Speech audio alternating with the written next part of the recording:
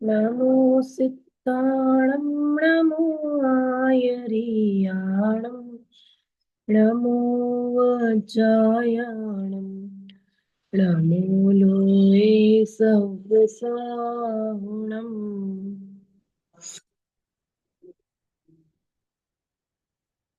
तत्व ज्ञान पाठमाला भाग 1।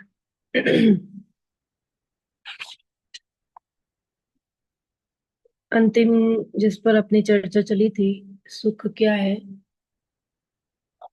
वास्तव में हम सुख किसको मानते हैं और सुख क्या चीज है, इसके बारे में हमने जाना। हम पंचेंद्रिय विषय भोगों के ही पूर्ति में हम सुख मानते हैं कि यदि उन इच्छाओं की पूर्ति हो गई, भोगों की पूर्ति हो गई, हमें वो इच्छाएं हमारी पूरी हो गई, तो हमें लगता है कि हमें सुख मिल गया। पर वास्तव में सुख वो भी दुख की प्राप्ति जो हमेशा बना रहे, है ना, जिसमें कभी ऐसा फील ना हो कि बोरियत फील हो रही है। तो कह रहे वही वास्तव में सुख है। और वो सुख किस में मिलेगा, तो कहा कि आत्मानुभूति में मिलेगा। आत्मा की अनुभूति करेंगे, आत्मा को जानेंगे, आत्मा को पहचानेंगे, आत्मा का चिंतन मनन करेंगे, तो ही वो सच्चा सुख हमें मिलने वाला है। तो वास्तव में सुख क्या है उसकी चर्चा अपन ने पूर्व के सेशन में की थी। आज जो हमारा विषय है वो है 5 भाव। सॉरी, 5 भाव के बारे में अपने को यहाँ चर्चा करनी है। यह जो विषय लिया गया है, तत्वार्थ सूत्र का नाम यदि सुना हो आप लोगों ने, सुना है? तत्वार्थ सूत्र जी ग्रंथ है आचार्य उमा स्वामी का। आचार्य उमा स्वामी ने तत्वार्थ सूत्र ग्रंथ लिखा, जिसका दूसरा नाम मोक्ष शास्त्र भी है। उस तत्वार्थ सूत्र ग्रंथ के जो दूसरा अध्याय है, वैसे तो 10 अध्याय है, लेकिन दूसरे अध्याय में यानी दूसरे चैप्टर में पहले नंबर सूत्र में ही 5 भाव की चर्चा की गई है वहां पर। तो उसी को रेफरेंस बना करके यहाँ पर ये चैप्टर लिखा गया है। आचार्य उमा स्वामी का नाम यदि आप लोगों ने नहीं सुना है तो बहुत, ये कहेंगे कि बहुत फेमस आचार्य है। किस लिए फेमस है, तो उसके लिए कहा कि जिन्होंने बहुत कम लिखा अपनी लाइफ में, बहुत लिमिटेड लिखा, लेकिन बहुत अधिक फेमस हो गए। आया समझ में क्या कहा? बहुत कम लिखा, मतलब 10 अध्याय लिखे सिर्फ उन्होंने अपने जीवन में, और 10 अध्याय में भी कितने की 365 सूत्र लिखे। और उसके बाद में भी इतने अधिक फेमस हो गए, लगभग 365 लगभग सूत्र उन्होंने लिखे हैं। और इतने अधिक फेमस हो गए जिसको अपन, यदि अपन लिखना चाहे ना, ये उन सूत्रों को यदि अपने को लिखना है, तो मुश्किल से 3-4 पेज में अपना कंप्लीट हो जाएगा।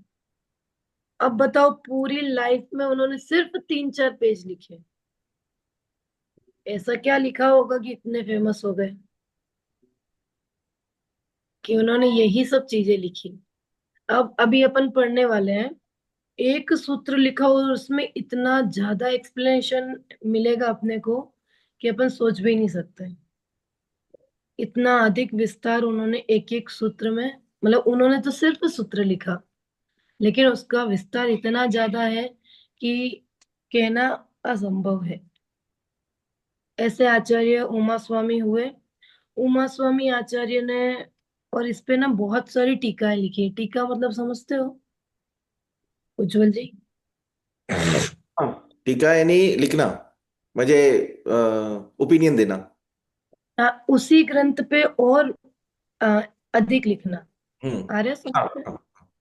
में उसको कहते हैं टीका।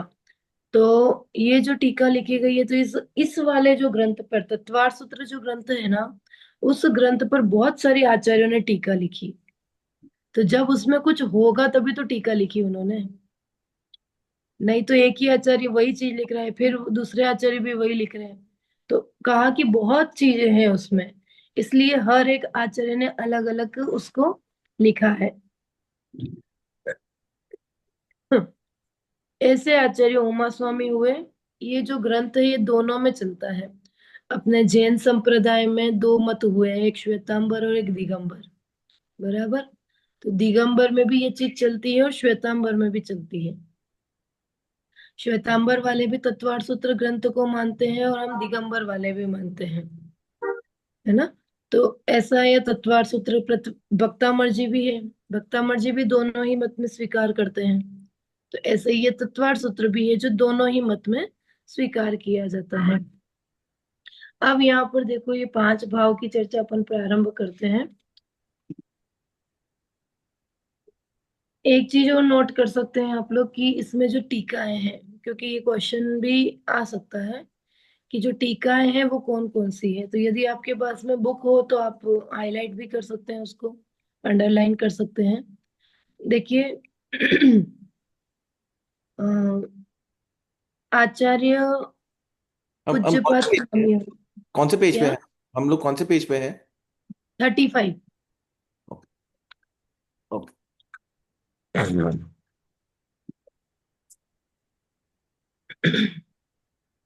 सर्वार्थ सिद्धि नामक एक ग्रंथ है। सर्वार्थ सिद्धि मिला नीचे से, फोर्थ फिफ्थ लाइन है, लास्ट पैराग्राफ। अच्छा, मेरे अंदर 35 पे तो पांच भाव के का चैप्टर आ जाता है। हाँ, तो थोड़ा सा एक पेज आगे कर लीजिए। मेरे पास पुराना वर्जन है ना, ओल्ड वर्जन है। हाँ, ओके। तो एक दो पेज आगे पीछे हो सकता है। ठीक है। हम्म। देखिए, आचार्य पूज्यपाद स्वामी ने सर्वार्थ सिद्धि नामक ग्रंथ लिखा। आचार्य अकलंक देव ने तत्वार्थ राजवार्तिक लिखा। आचार्य विद्यानंद विद्यानंदी आचार्य हुए, जिन्होंने तत्वार्थ श्लोक वार्तिक लिखा।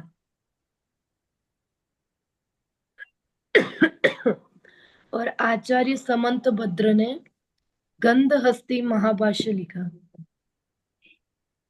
ये थोड़ा सा आप लोग ध्यान में रखना। ये टीका है, किस पर लिखी हुई है हर्षद जी? कौन से ग्रंथ की टीका है? मुख्य। तत्वार्थ सूत्र की, बराबर। तत्वार्थ सूत्र किसने लिखा? उमा स्वामी, आचार्य उमा उमा स्वामी। स्वामी आचार्य, बराबर। और उस पे ये टीका लिखी गई है अलग अलग आचार्यों के द्वारा, बराबर, है ना। कौन हम्म, कौन से आचार्य ने लिखी? सबसे पहले सर्वार्थ सिद्धि, आचार्य पूज्यपाद स्वामी। ठीक है।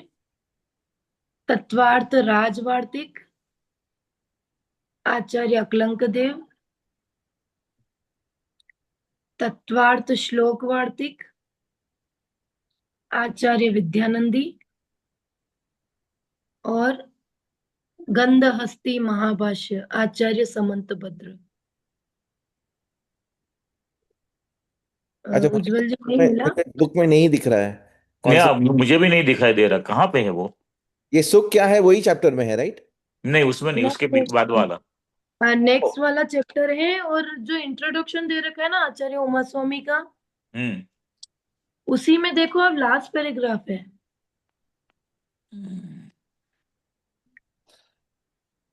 आपने और हाँ हाँ, दिखाई दिए। तो पांच भाव जो है वही वही चैप्टर हाँ, 6 में है। चैप्टर 6 में पांच भाव है, उसके पहले आचार्य उमा स्वामी का थोड़ा सा इंट्रो करा रखा है। हाँ हाँ हाँ, ओके ओके। हाँ, मिल बराबर। गया मिल गया मिल ठीक गया। है। हाँ, उसमें देखो स्टार्टिंग हो रही इस महान ग्रंथ हम्म पर हम्म दिगंबर और हम्म। श्वेतांबर। हाँ हाँ हाँ, correct। हाँ हाँ, मिल गया। मिल गया। हम्म। हाँ, हाँ, इसी में थर्ड लाइन में दे रखा है। हाँ देवी नंदी की सर्वार्थ हाँ सिद्धि। हाँ हाँ, हाँ, बराबर अलग, बराबर ये। हाँ, अकलंक देव का तत्वार्थ, हाँ हाँ, बराबर। राजवर्तिक, या मिल गया मिल गया। ठीक है। सॉरी। हाँ। ओके। तो ये जो जितने भी ग्रंथ है ना, ये ग्रंथ तो अभी भी अपने पास में है, लेकिन गंधहस्ती महाभाष्य जो ग्रंथ है आचार्य समंत भद्र ने लिखा, वो अभी अपने पास में अवेलेबल नहीं है। बराबर। वो ग्रंथ बहुत बड़ा लिखा गया था। मतलब ये समझ लो 5000 समथिंग पेजेस होंगे उसके। किस पे लिखा? सिर्फ जो तत्वार्थ सूत्र का मंगलाचरण है ना, उस मंगलाचरण पर इतनी बड़ी टीका लिखी गई है।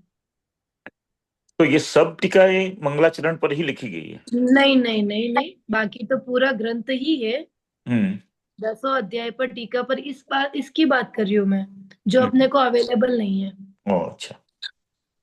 सिर्फ उन्होंने मोक्ष मार्गस्य नेतारम वेत्तारम कर्म भूभृताम ज्ञातारम विश्व तत्वानाम वंदे तद्गुण लब्धे, सिर्फ इस 2 लाइन पर उन्होंने इतने सारे पेजेस लिखे। हम्म।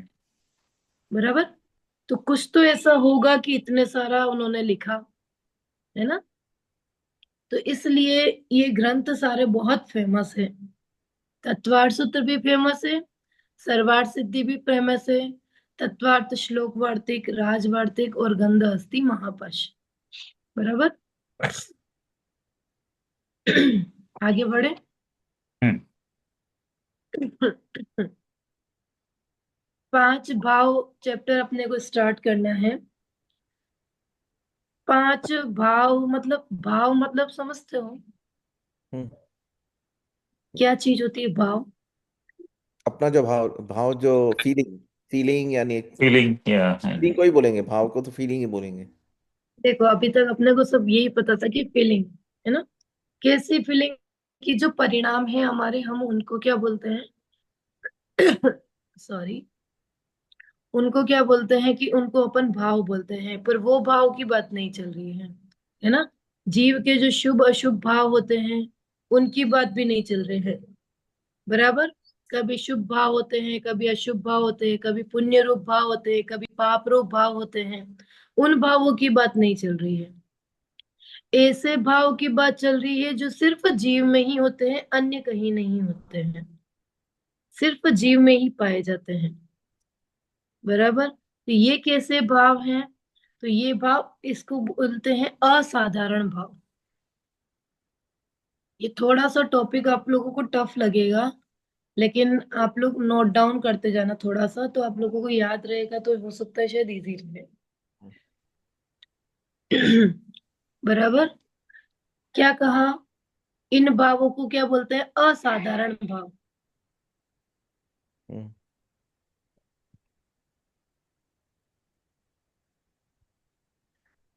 ये असाधारण भाव 5 टाइप के हैं।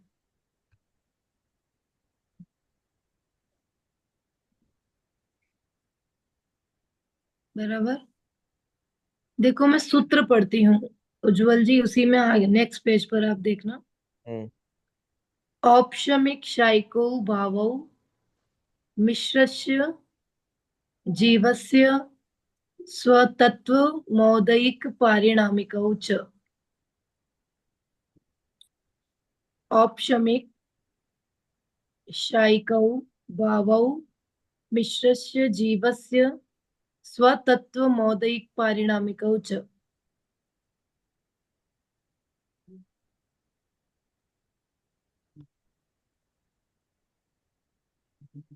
बराबर। देखो, सबसे पहला औपशमिक शाइक, शायोपशमिक, औदयिक और पारिणामिक, ये 5 भाव हैं, जिनको यदि एक वर्ड में अपन कहें तो कह सकते हैं असाधारण भाव, जीव के असाधारण भाव। हम्म। बराबर। ये फिर से असाधारण क्यों कहा है असाधारण? बिकॉज ये स्पेशल है, हम्म। ये सिर्फ जीव में पाए जा रहे हैं, अच्छा। और किसी में नहीं पाए जाते हैं। तो ये सिर्फ मनुष्य जीव में है कि सारे जीव में? ये सभी जीवों में है, अच्छा। लेकिन ये इसमें कैटेगरी डिवाइड है, वो अभी बताऊंगी। कुछ भाव हैं जो मनुष्य में है, और बाकी भी अन्य जीवों में भी हो सकते हैं, हम्म। है ना। जैसे पारिणामिक भाव होता है, वो सभी जीवों में होता है। बराबर। ये अभी मैं पढ़ाऊंगी ना, तो समझ में आ जाएगा। तो पूजा जी, समझ लीजिए असाधारण इसकी बात। भाव का डेफिनेशन क्या, कैसे बोल सकते हैं? देखो, असाधारण भाव मतलब जो स्पेशल है ना, जो स्पेशल है, जो सिर्फ जीव में पाए जाते हैं। जैसे हम भाव को स्वभाव भी कह सकते हैं, है ना। जैसे अपना स्वभाव क्या है हर्षद जी, कि जानना देखना अपना स्वभाव है, हम्म बराबर। हम्म तो जानना देखना मेरा स्वभाव हो गया। अपन अमूर्तिक भी बोलते हैं कि हमारा स्वभाव अमूर्तिकपना भी है, मूर्तिक नहीं है। लेकिन अमूर्तिक तो अन्य द्रव्यों का भी हो सकता है, बराबर। धर्म, अधर्म, आकाश, काल ये भी दिखाई नहीं देते, तो उनको भी अमूर्तिक कह सकते हैं। ठीक है। और भाव भी होते हैं और गुण भी होते हैं, जैसे सामान्य गुण जिनको कहते हैं अस्तित्व, वस्तुत्व, द्रव्यत्व, प्रमेयत्व, अगुरु लघुत्व, प्रदेशत्व। लेकिन ये भाव जो है वो सब में है।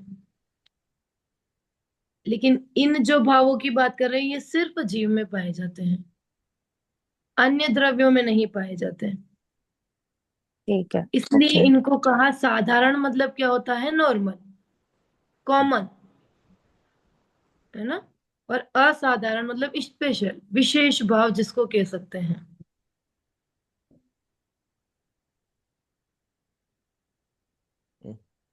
क्लियर हुआ। हम्म, हम्म ये 5 भाव है: औपशमिक, औपशमिक भाव, शायिक भाव, शायोपशमिक भाव, औदयिक भाव और पारिणामिक भाव,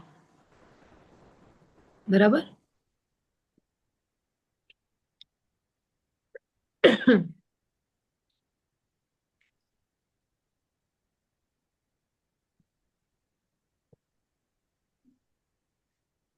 आगे बढ़े। अब पांचों का मैं मीनिंग बताती हूँ। देखो, औपशमिक भाव मतलब क्या होता है। औपशमिक मतलब ये कहेंगे कि उपशम, कर्मों के बारे में तो जानते होंगे ना थोड़ा बहुत, कि कर्म क्या करते हैं, कर्मों का क्या क्या काम है ना। जैसे हमने कोई भी, आनंद जी, शुभ अशुभ भाव किए, है ना, पुण्य पाप के भाव किए। तो पुण्य कर्म करो या पाप कर्म करो, ऐसा अपन कहते हैं ना। तो क्या होगा उससे, कि पुण्य कर्म करेंगे तो अच्छा फल मिलता है, जो हमें चाहिए हमें वो मिलता है। पाप भाव करेंगे, पाप कर्म का उदय आएगा, तो जो हमें चाहिए वो हमें नहीं मिलता है। पाप कर्म के उदय में दुख होता है, बराबर। ये हमको पता है। तो यहाँ पर कहा कि ये जो भाव है, ये भाव कैसे हैं कि ये पूरे कर्मों पे डिपेंड करते हैं। ठीक है ना। जैसे औपशमिक भाव है, सबसे फर्स्ट नंबर वाला, तो इसमें क्या होता है, कर्मों का उपशम होता है। ये कर्णानुयोग का चैप्टर है, ये हो उपशम सकता माने है में थोड़ा टफ हो। मैं बता रही हूँ, वो भी बताऊंगी। औपशमिक भाव मतलब होता है कर्मों का उपशम। उपशम मतलब होता है दबना। ठीक है।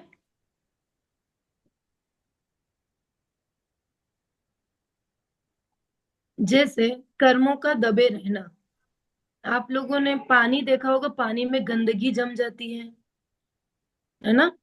तो अपन जब उसमें फिटकरी, सुनी है, फिटकरी होती है, फिटकरी यूज करते हैं इंदु जी, तो वो पानी की गंदगी कहाँ जमा हो जाती है, बॉटम में। नीचे, हम्म वाटर के नीचे, है ना, एकदम लास्ट में। तो कहते हैं कि कर्म, वो जो गंदगी दबी रहती है, अभी हाईलाइट नहीं है, और थोड़ा सा अपन ने पानी में कुछ घुमाया, हाथ घुमाया, या जिससे भी अपन पानी ले रहे हैं, तो वो गंदगी कैसे ऊपर आ जाएगी, बराबर। तो कर्मों का भी ऐसे दबे रहना, कि जीव जब कोई अच्छे भाव कर रहा है, लाइक एग्जाम्पल कि हम अभी अच्छे काम कर रहे हैं, स्वाध्याय कर रहे हैं हम सब, बराबर। तो अभी हमारे पाप कर्म दबे हुए हैं, कुछ कर्म ऐसे हैं जो दबे हुए हैं, उदय में नहीं आ रहे हैं। ठीक है ना। तो इसको बोलते हैं कर्मों का दबा रहना। तो आ ये रहा है सिर्फ समझ में। वो है तो सही, लेकिन वो दबे हुए हैं। हाँ, हाँ। ये कर्म है, हम्म सत्ता में है, अभी भी हम्म उनका अस्तित्व भी है, हम्म लेकिन अभी उदय में नहीं आए हैं। क्योंकि हम अच्छे कर्म कर रहे हैं इसलिए वो कर्म दबे हुए हैं, ऐसा। क्या क्या बोला आपने ईशान जी, सॉरी। हम्म। अगर हम अच्छे कर्म कर रहे हैं, मतलब शुद्ध हम्म। भाव से कुछ कर रहे हैं, तो ये जो कर्म है वो दबे ही रहते हैं। माने ये जो औपशमिक कर्म है, क्या आप बोल सकते हैं वो अशुभ कर्म है, ऐसा कुछ?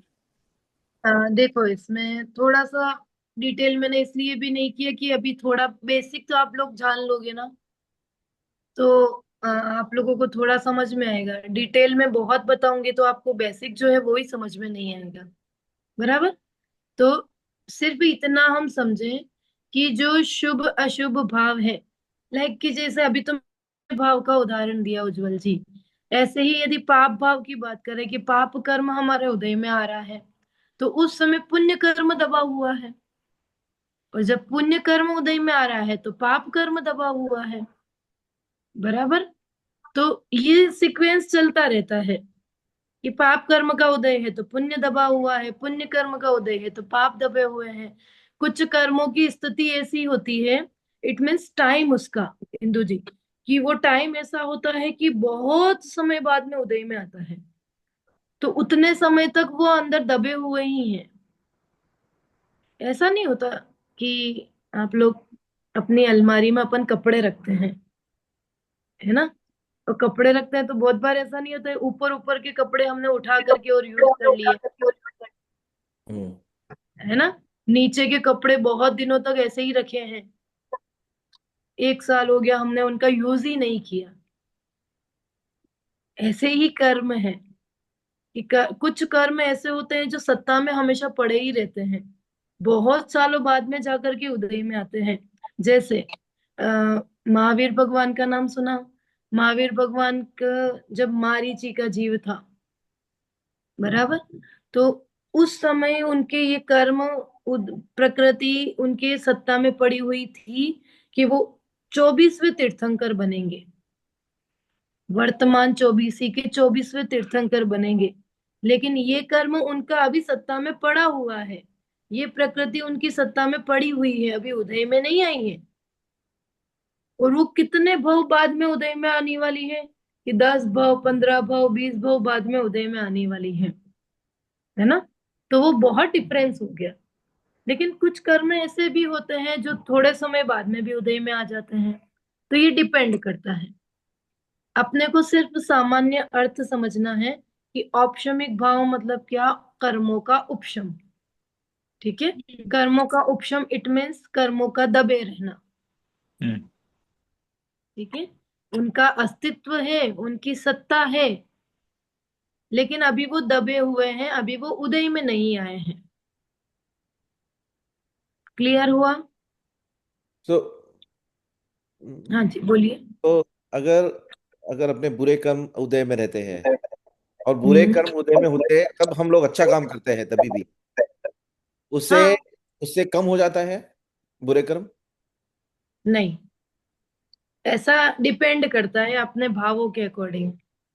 जैसे अभी आपका पुण्य कर्म का उदय चल रहा है, यही मानेंगे ना, हम स्वाध्याय कर रहे हैं अच्छे से बैठ के, हमारे परिणाम भी बहुत अच्छे हो रहे हैं अभी। बराबर।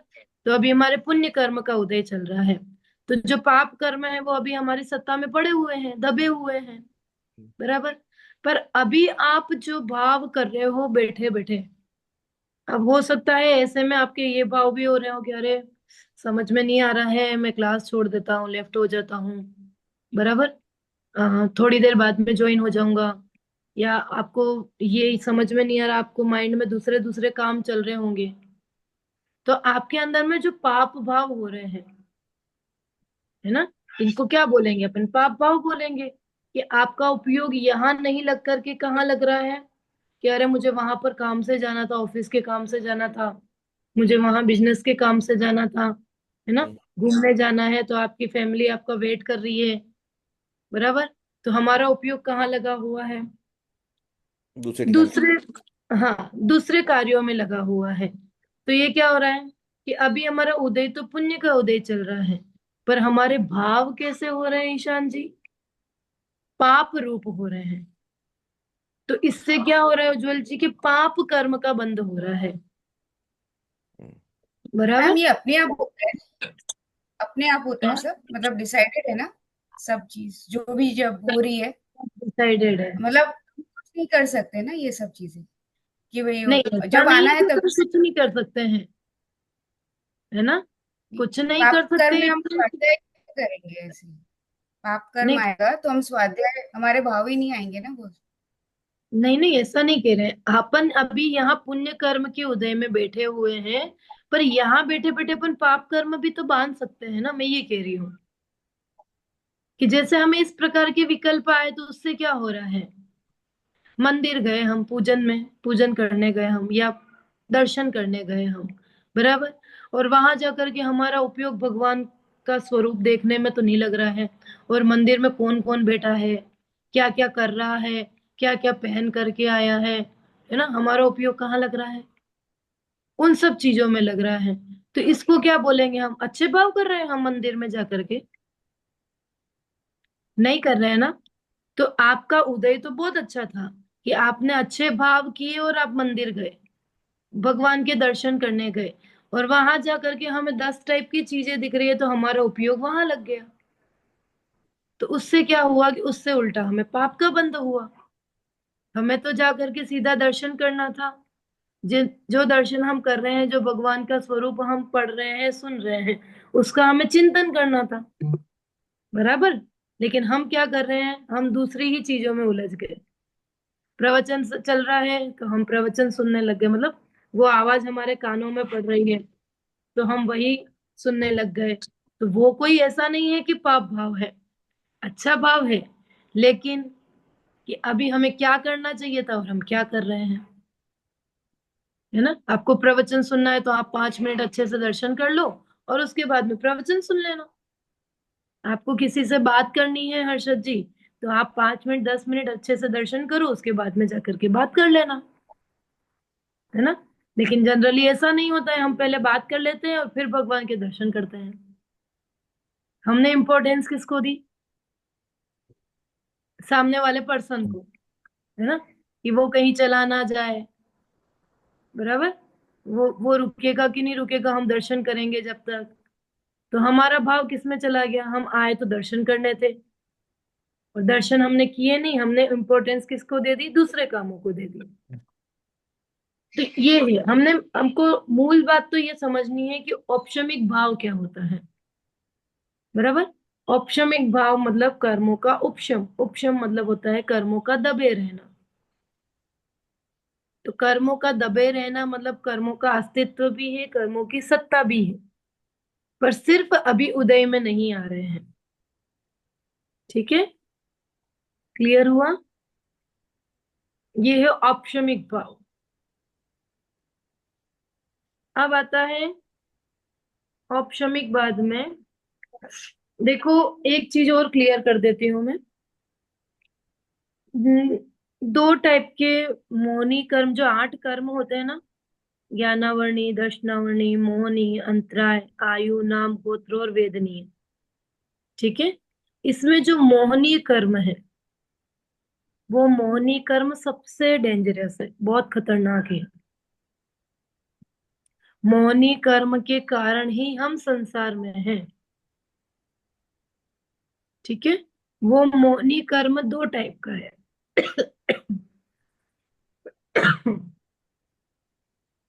एक दर्शन मोहनी, एक चारित्र मोहनी, ठीक है। दर्शन मोहनी के भी 3 टाइप है और चारित्र मोहनी के 25 है, बराबर। ये मोहनी कर्म जो दर्शन मोह है, ये जब जीव सम्यक दृष्टि हो जाता है, जब वो आत्मा का अनुभव करने लगता है, हमने पहले पढ़ा ना, चौथा नहीं 3rd चैप्टर में पढ़ा था कि जो पंचम गुण स्थानवर्ती श्रावक हैं, जिनकी 11 प्रतिमा होती है ना, तो उनके दर्शन मोह गया कि नहीं उज्जवल जी? उनके दर्शन मोह है कि चला गया, खत्म हो गया? है राइट। बताओ ईशान जी, दर्शन मोह है कि खत्म हो गया? खत्म हो गया। बराबर, खत्म हो गया, अब नहीं है ना। दर्शन मोह कितने टाइम तक रहेगा, चौथे गुण स्थान तक, चौथे ओ गुण। ओके। चौथे गुण स्थान के बाद में दर्शन मोह चला जाता है, उसके बाद में चारित्र मोह रहता है। ठीक है, थोड़ा सा याद भी रखना पड़ेगा और थोड़ा समझना भी पड़ेगा। अब वो इजी चैप्टर चले गए अपने, अब थोड़ा सा टफ है तो थोड़ा सा आपको उपयोग स्थिर करना पड़ेगा। ठीक है ना, इसके लिए कुछ चीजें भी याद रखनी पड़ेगी।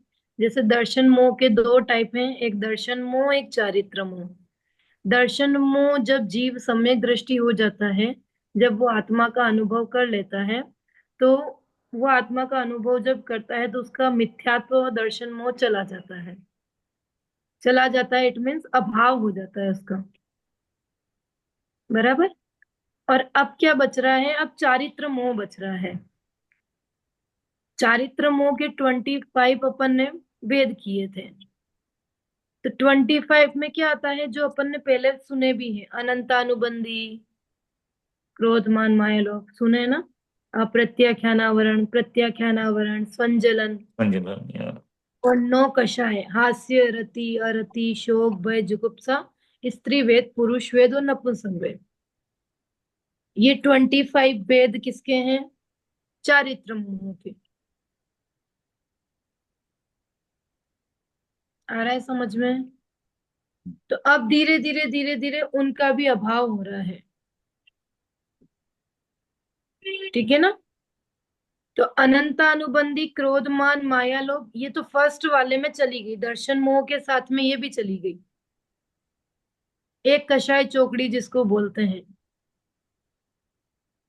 ठीक है ना, उज्जवल जी यदि आपने वो वाला चैप्टर नहीं सुना हो तो एक बार सुन लेना, मैं एक्चुअली क्योंकि उस, या हाँ, वो आपका मिस हो गया था ना। या तो आप वो वाला चैप्टर सुनोगे तो थोड़ा बहुत क्लियर हो जाएगा, क्योंकि अभी आपको ये सब नया नया लग रहा होगा, है ना, क्योंकि ये डिस्कशन थोड़ा सा उसमें अपन ने किया है इसलिए। तो अनंतानुबंधी चली गई, क्रोध मान माया लोभ। ठीक है, और क्या चला गया, मिथ्यात्व चला गया। ठीक है, तो ये चला गया, तो अब धीरे धीरे और कम होता जा रहा है। इनको बोलते हैं प्रकृतियां, जिनवाणी में इसको क्या बोलते हैं, प्रकृतियां। ठीक है, इनकी अलग अलग प्रकृतियां होती है। 8 कर्म की 148 प्रकृति है, 148, जिसका अभाव हमनों को करना है। ठीक है, जिसमें से सम्यक दृष्टि की अभी कितनी गई, कि 7 प्रकृतियां ही गई है। दर्शन मोह की 3 और चारित्र मोह की 4। ठीक है, अनंतानुबंधी, क्रोध मान माया लोभ, और बाकी अभी सब बाकी हैं, धीरे धीरे जाने वाली हैं। ठीक है, ये बहुत मैंने ये समझो बहुत डीपली बात नहीं करी है, बहुत ऊपर ऊपर वाली बात करी है, सिर्फ हमें थोड़ा सा समझने के लिए है। ठीक है, चलिए, ये है औपशमिक भाव। अब देखो दूसरा भाव जो है वो है क्षायिक भाव। क्षायिक भाव किसको कहा, जिसमें कर्मों का क्षय हो जाना, सारे ही कर्मों का क्षय हो जाना, मुझे खत्म होना। खत्म होना, अभाव हो जाना, डिस्ट्रॉय हो जाना। मैम इसमें कंफ्यूजन है। कर्मों का क्षय होना माने कर्मों का अभाव होना, क्योंकि कर्मों का नाश तो कभी होता ही नहीं। कर्मों का नाश उसी को बोलते हैं, जैसे अरहंत है, सिद्ध है, हाँ सिद्ध भगवान है, तो हाँ उन्होंने सारे ही कर्मों का अभाव कर दिया। मतलब अभाव मतलब क्या, कि जो 8 कर्मों की प्रकृतियां थी ना, उस वो अब उनके लाइफ में नहीं है। आ रहा है समझ में? मतलब कर्मों की सत्ता नहीं हटा रहे हम, कि अब कर्म बचेंगे ही नहीं, ऐसा नहीं कह रहे हैं, है ना। ऐसा नहीं होता है कि कर्म चले ही गए। जैसे अभी किसी की मृत्यु हुई, है ना, तो मृत्यु हुई तो अपन क्या कहते हैं, कि वो जीव चला गया, है ना, उसका अभाव हो गया। तो अभाव हो गया मतलब ये नहीं है कि वो संसार में ही नहीं है, अब वो इस मनुष्य गति में नहीं है। बराबर, उसका मीनिंग क्या निकालना है कि वो अब इस मनुष्य गति में नहीं है, लेकिन दूसरी गति में तो है ना। ऐसे ही कर्मों का अभाव मतलब वो हमेशा के लिए नहीं गए, मतलब उनकी सत्ता है, अस्तित्व है, लेकिन कि अब हमारे कर्म का ऐसा कोई उदय आने वाला नहीं है, पाप कर्म का उदय आने वाला, अब शुभ भाव, सॉरी, शुद्ध भाव, शुद्ध भाव ही रहने वाला है हमेशा। बट सिद्धों को तो चला जाता है ना, वो उसमें वो कर्म होते ही नहीं। कर्मों का अभाव ही इसीलिए बोलते हैं, अच्छा। कर्मों का अभाव का मीनिंग ही यही होता है कि अब सारे ही कर्म चले गए, अब उनके कोई कर्म का उदय आने वाला नहीं, ना पुण्य कर्म का ना पाप कर्म का। बराबर। हम्म। लेकिन जो कर्म है वो कर्म अभी है कि नहीं है। जैसे एग्जाम्पल कि हमने अपने शरीर को छोड़ दिया, अपने शरीर का हमारा क्या हो गया कि मैं, जैसे किसी व्यक्ति की डेथ हो गई तो उसने ये शरीर छोड़ा, ठीक है ना, तो दूसरा शरीर धारण किया, है ना। लेकिन सिद्धों का तो कोई शरीर नहीं है, हम्म। है ना, वो तो अशरीरी है। तो ये जो कर्म उदय में आ रहे थे वो तो इनके निमित्त से ही आ रहे थे, तो अब जब शरीर ही नहीं है तो किसके निमित्त से उदय में आएंगे, तो वो सारे ही कर्मों का अभाव हो गया, ऐसा ही कहा जाता है। बराबर। हम्म। कुछ कंफ्यूजन है क्या, उज्जवल जी, इंदु जी? तो क्लियर हो रहा है? एक स्टूपिड क्वेश्चन है। तो सिद्ध, जब जीव सिद्ध होता है हम्म। तो जीव का एग्जिस्टेंस होता है क्या? जीव सिद्ध होने का, अभी कर्म तो होते नहीं है, तो उसका एग्जिस्टेंस होता है क्या? तो बिकॉज मोक्ष तो हो गया, तो जीव का होना ही, होना नहीं होना एक ही बात हो गई। नहीं, जीव हमेशा रहेगा, जीव का अभाव नहीं होगा, कभी नहीं होगा। जैसे कर्मों का अभाव हम कहते हैं, लेकिन कर्म तो रहते हैं ना, हम्म। सिद्ध भगवान के नहीं है, हमारे तो है कर्म। हाँ, अपने हैं, लेकिन सिद्ध भगवान का जो जीव होता है, हम्म। जीव तो मोक्ष हो गया। जीव को मोक्ष हो गया, लेकिन वहां पर वो जीव है, कहाँ? जीव को देखो, लिबरेशन हो गया एक है तो मिनट, फिर कैसे कैसे होगा जीव वहां जीव पे? को मोक्ष हो गया इसका मतलब क्या होता है कि जीव इस कर्म से मुक्त हो गया। पर जीव है कहाँ फिर? सिद्ध शिला जीव में। है ना, जीव सिद्ध शिला में विराजमान है। चला, अच्छा, सिद्ध शिला में ही विराजमान होती है। हाँ, वो उनका अभाव नहीं होता, जीव का अभाव नहीं होता, कर्मों का अभाव होता है। जीव तो अभी भी है और आगे भी रहने वाला है, हमेशा रहने वाला है। तो उसका क्या होगा, जीव का क्या होगा फिर? जीव कर्मों से मुक्त हो गया, वो सुखी ही सुखी है, अब उसका कुछ नहीं होगा, अब वो हमेशा जानता रहेगा, हम्म। अनंत काल तक आगे जानता ही रहता है। उनको अभी कोई वो शरीर अपने नहीं होगा हो स्वभाव में आए। चला गया। हम्म। उनको अभी कोई शरीर नहीं आएगा, मतलब नहीं नहीं इट नहीं, वोंट अब गेट उनके इनटू कोई एनी शरीर बॉडी। नहीं हाँ। है। हम्म। है ना, अब उनको शरीर की प्राप्ति नहीं होने वाली है, अब वो संसार से मुक्त हो गए हैं, हम्म। है ना। तो अब वो फिर सिद्ध शिला जीव में जाकर के कौन नहीं है? विराजमान हो गए, अब उनका किसी कर्म का कोई उदय आने वाला नहीं है। तो उनका उन जीवों का कोई रोल नहीं है, ऐसे नहीं कि वो आके आपकी मदद करेंगे या कुछ भी ऐसे। नहीं नहीं नहीं, कोई रोल नहीं है, कोई कोई रोल रोल नहीं। नहीं है। वो कहते हैं ना, अपने में समा गए, वो दे है। Are inspiration to us that we have to achieve that stage. हाँ, वो अपने में चले गए। बराबर।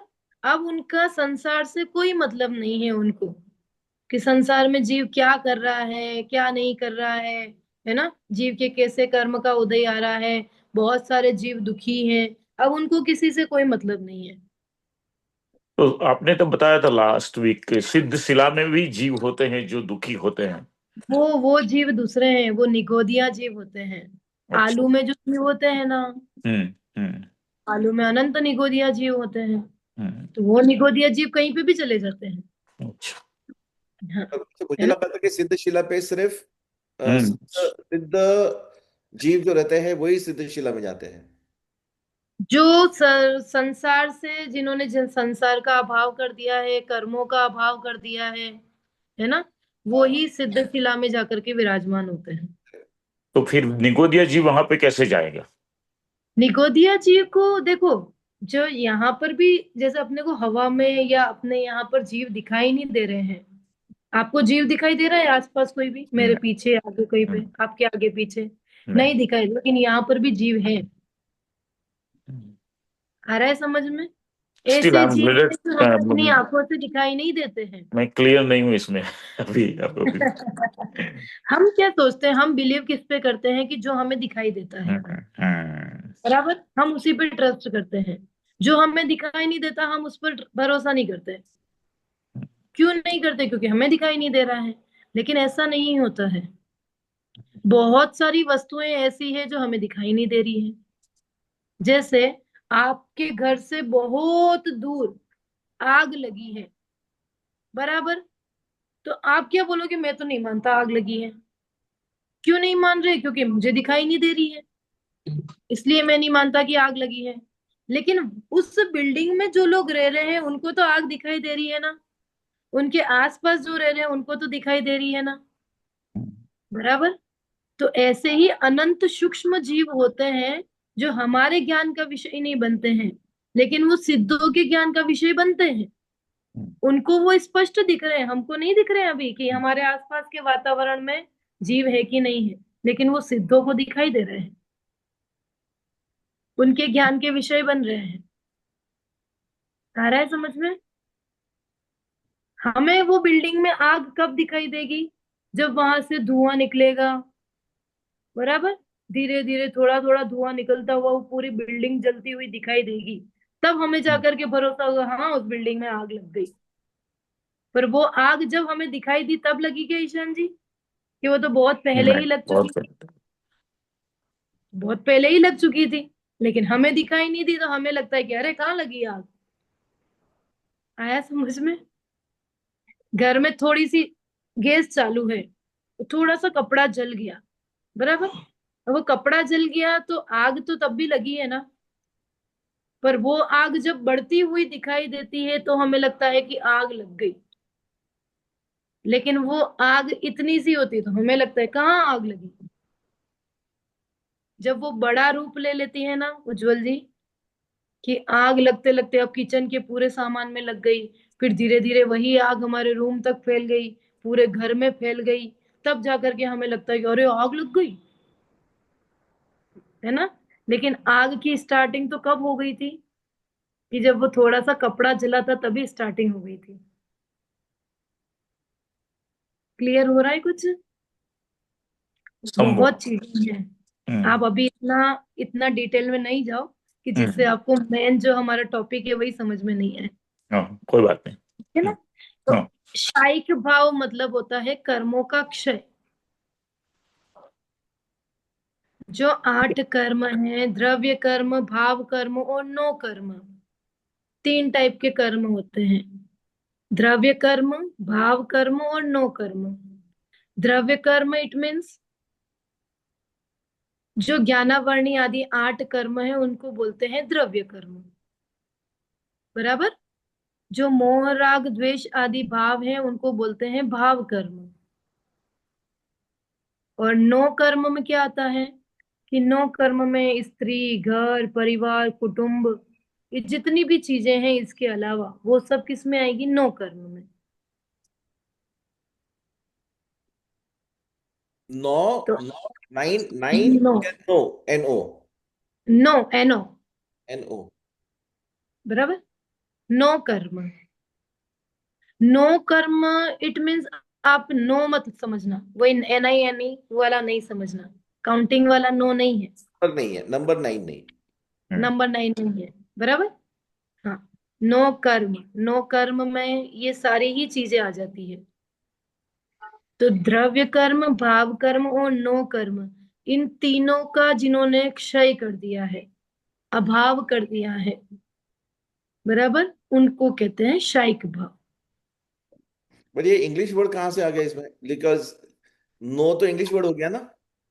नहीं नहीं, एक वर्ड के बहुत सारे मीनिंग होते हैं। अच्छा, तो नो ही बोलते हैं, हिंदी में भी नो ही बोलते हैं उनको। हिंदी में भी नो ही बोलते हैं।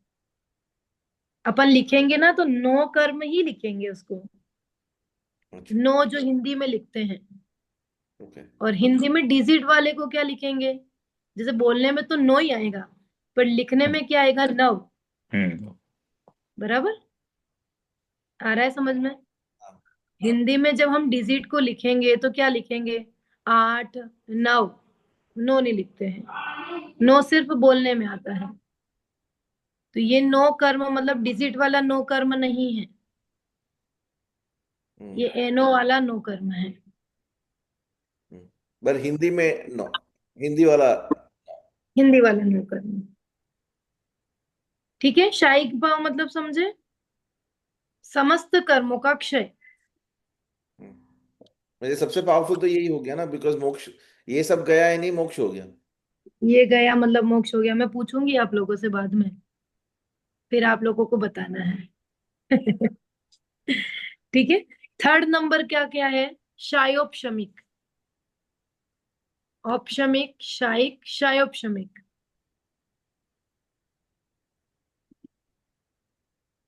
शायोपशमिक में मिक्स टाइप की अवस्था होती है, जिसमें कुछ कर्म दबे रहते हैं और कुछ कर्म उदय में आते हैं। जिसका आप डिस्क्राइब करना चाहो तो क्षय प्लस उपशम कर दो। क्षय प्लस उपशम इज इक्वल टू क्षयोपशम। ठीक है, क्षय प्लस उपशम इज इक्वल टू क्षयोपशम। क्षय मतलब होता है कुछ कर्मों का क्षय हो गया, और उपशम मतलब होता है कुछ कर्म अभी भी सत्ता में पड़े हुए हैं, दबे हुए हैं। ठीक है, तो जब क्षयोपशम रूप भाव होता है तो दोनों ही चीजें होती है, जैसे हम लोगों के। ठीक है, जितने भी संसारी जीव हैं उनको क्षयोपशम रूप भाव होता है। हमारे कुछ कर्मों का क्षय भी हो गया है, और कुछ कर्म भी सत्ता में भी पड़े हुए हैं। जो कर्म उदय में आकर के चले गए उनका क्षय हो गया। ठीक है ना? और कुछ कर्म अभी भी सत्ता में पड़े हुए हैं, दबे हुए हैं। ठीक है,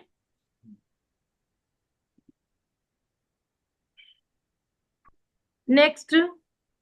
औदिक। औपशमिक, शायिक, शायोपशमिक, फिर आता है औदयिक। औदयिक, औदयिक मतलब जो हमारे मोह राग द्वेष के भाव हैं उनको बोलते हैं औदयिक भाव। मतलब उदय में आना। औदयिक भाव मतलब कर्मों का उदय होना, जिसमें ये हमारे जो औदयिक भाव हैं, मोह राग द्वेष आदि भाव, उनको कहा औदयिक भाव।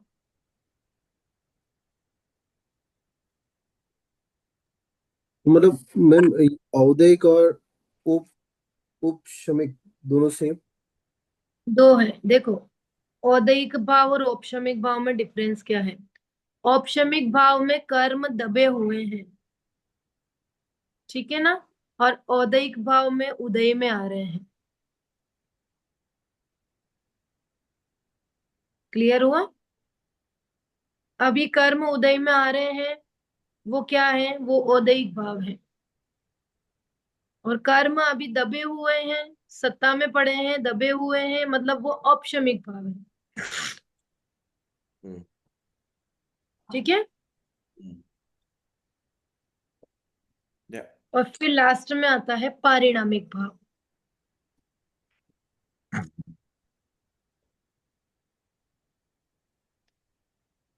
पारिणामिक भाव मतलब जीव का अस्तित्व है, जीव की सत्ता है। ये कौन बताता है? कि ये पारिणामिक भाव बताता है ना? जैसे अभी आपने कहा ना कि सिद्ध भगवान है। सिद्ध भगवान है तो अब जीव का क्या काम है? कि अब वो जीव स्वभाव रूप से है। ठीक है ना? तो वहां पर पारिणामिक भाव है उनका, कि अब वो हमेशा सिद्ध ही बने रहने वाले हैं। अब वो कभी संसार में नहीं आएंगे। तो जीव का अस्तित्व है, जीव की सत्ता है, ये है पारिणामिक भाव। तो हमारी सत्ता है कि नहीं उज्जवल जी? हम्म है ना? हमारी भी सत्ता है और सिद्ध गति के जो जीव हैं उनकी भी सत्ता है। हमारा भी अस्तित्व है, उनका भी अस्तित्व है। तो दोनों के पास में पारिणामिक भाव है।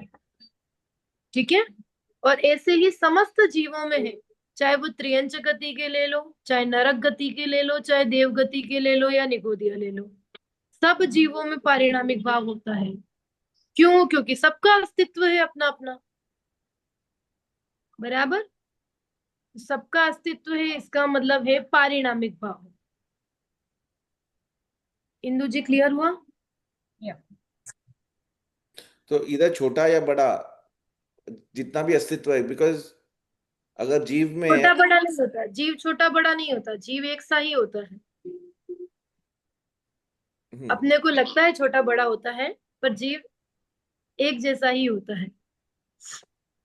वो तो शरीर में जाने के बाद में वो छोटा बड़ा कहने में आता है कि जीव छोटा हो गया, हाइट कम है तो जीव छोटा है, हाइट ज्यादा है तो जीव बड़ा है ना।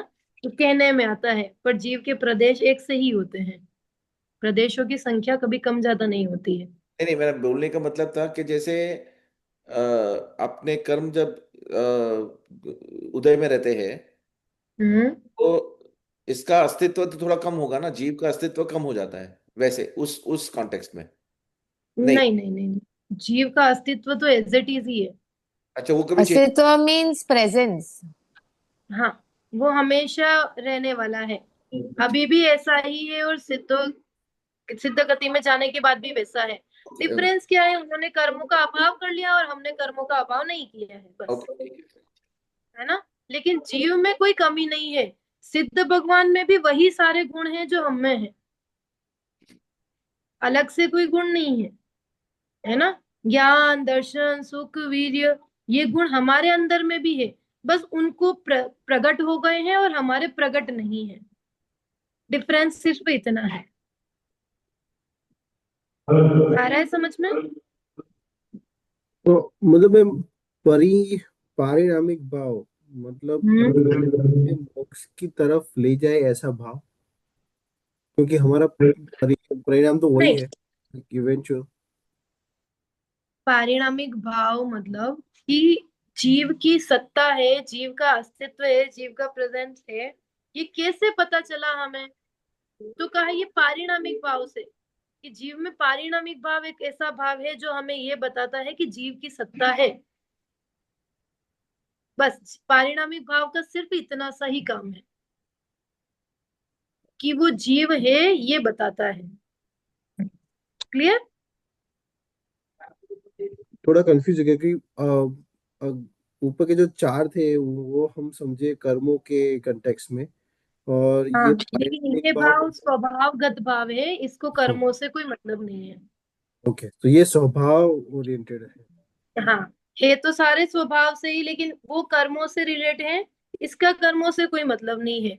ये पारिणामिक भाव ऐसा है जो सिर्फ हमें ये बताता है कि जीव है। बराबर। जीव की सत्ता को बताता है। हम्म। आपके घर में आप हो, ये कौन बता रहा है कि आप वहां पर हो? ये बता रहा है कि ईशान जी है, इसलिए ईशान जी की सत्ता। हम्म। आत्मा आप है। घर में रहोगे तो ईशान जी की सत्ता है कि नहीं है? ये ईशान जी की सत्ता तो तब भी है भले वो नहीं है तो भी। हम्म। जीव के साथ में शरीर नहीं है तो भी जीव की सत्ता है कि नहीं है? कि है। है। है। सिद्ध गति में चले गए, सिद्धों के पास में शरीर नहीं है, लेकिन फिर भी उनका अस्तित्व है कि नहीं है? कि है। है। बराबर। ये कौन बताता है? कि ये पारिणामिक भाव बताता है। जीव ठीक बता। है, क्लियर हो गया? हम्म। चलिए,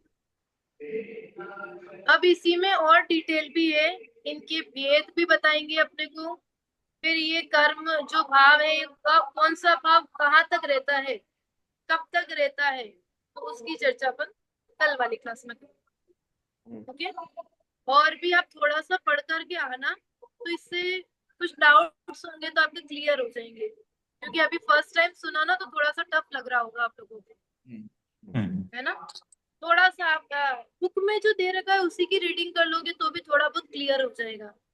ठीक है ना। मैंने बुक से इसलिए नहीं पढ़ा है क्योंकि उसमें टफ दे रखा है थोड़ा सा, लैंग्वेज वाइज वो आपको एकदम, अब मैंने पढ़ाया है ना, तो अब हो सकता है आपको समझ में आ जाएगा थोड़ा बहुत, ठीक है। तो वो अपन कल डिस्कशन करेंगे। चलिए। अनंत धर्मणस्तत्त्वं पश्यन्ति प्रत्यगात्मनः अनेकान्तमयीर्मूर्ति नित्यमेव प्रकाशतम्।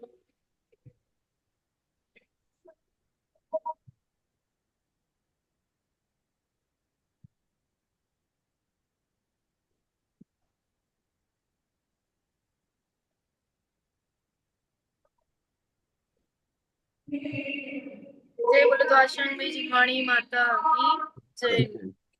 जय जय। जय जय जिनेंद्र।